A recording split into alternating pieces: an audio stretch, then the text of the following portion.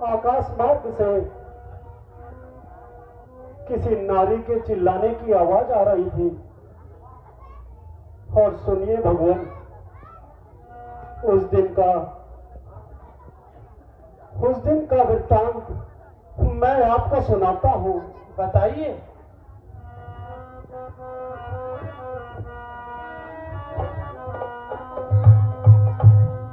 कुछ दिन पहले मंत्रियों सहित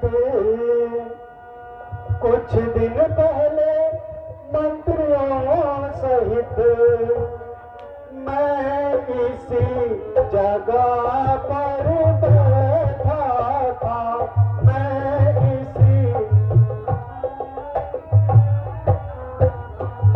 इतने में ऊपर नजर गई तो वह नजारा देखा था।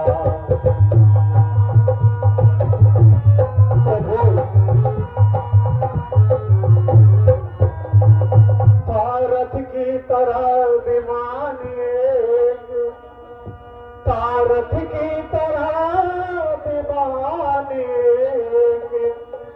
आवाज कुछ रोने की थी। आवाज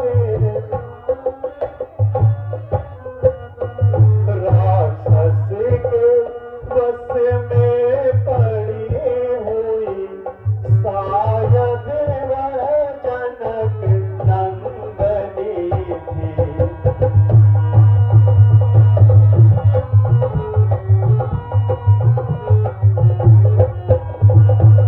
प्रभु, वह दृश्य और वह करुणानाथ विस्मित हो सकता नहीं प्रभु। जब राम राम कहते कहते कुछ भूषण फेंके यही प्रभु, मेरी आंखों के सम्मुख ही क्या करो निकल वह छोड़ गया। रह गए इधर कुंडलपुर, रथ सीधा दक्षिण ओर गया। प्रभु, जब मैंने ऊपर देखा तो एक विमान दक्षिण की ओर जा रहा था। उसी विमान से एक स्त्री के रोने की आवाज आई। राम राम कहकर पुकार रही थी प्रभु। तभी प्रभु, उस स्त्री ने कुछ आभूषण नीचे फेंक डाले। प्रभु, मैंने उन्हें संभाल कर रखा है, मैं उनको लाता हूं प्रभु। भाइये, दिखाइए मित्र। हे हनुमान जी। कहिए महाराज। आप जाइए और वह जो आभूषण रखे थे वो ले आइए। जो आज्ञा है महाराज।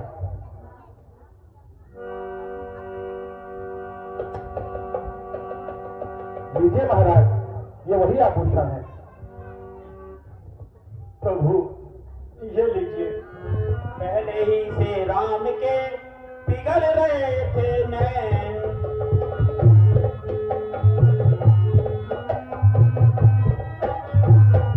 देखा कुंडल को कभी हुए और बेचैन।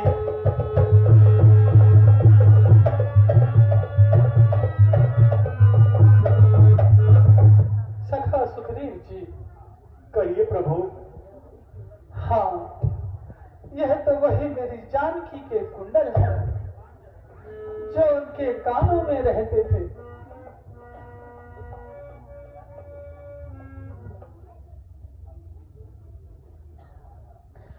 अभी विरही के हाथों आया।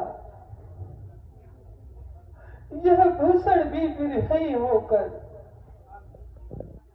इसका भी जीवन नीरज है। मैं भी जीता हूं रो रो कर। भैया लक्ष्मण, जरा तुम भी तो इनको पहचानो भैया। क्या ये सीता के ही हैं? भ्राता जी, मैंने तो चरण निहारे हैं, देखे माता के कान नहीं। मैं तो बिछुओं का सेवक हूँ, कुंडल की कुछ पहचान नहीं। परनाथ सगुन यहाँ अच्छा है, कल कल है तीर कमानों में, चलते ही वह दिन आएगा, कुंडल होंगे उन कानों में। कुंडल वाली पैदे ही का इस भाग्य हरण करने वाले, अब सावधान होकर रहना, आते हैं रण करने वाले। भ्राता जी,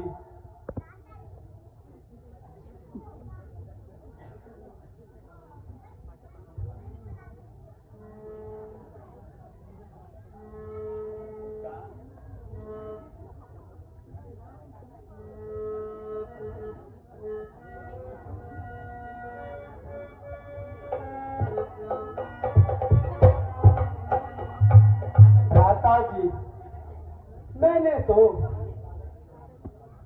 सदा ही माता के चरणों की सेवा की, इसलिए मैं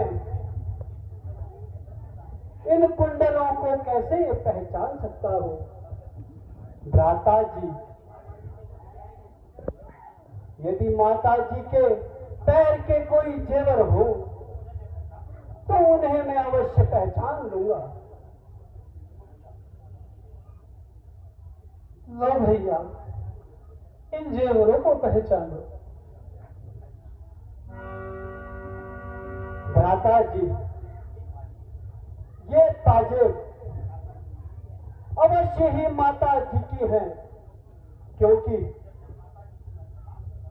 जब जब मैं माता जी को प्रणाम करता था तो साथ में मैं उनके चरणों को स्पर्श भी करता था, तो मुझे ये पाजेब दिखाई देती थी।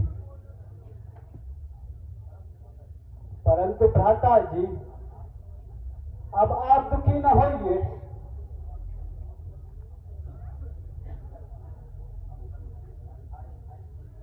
हाय सीते,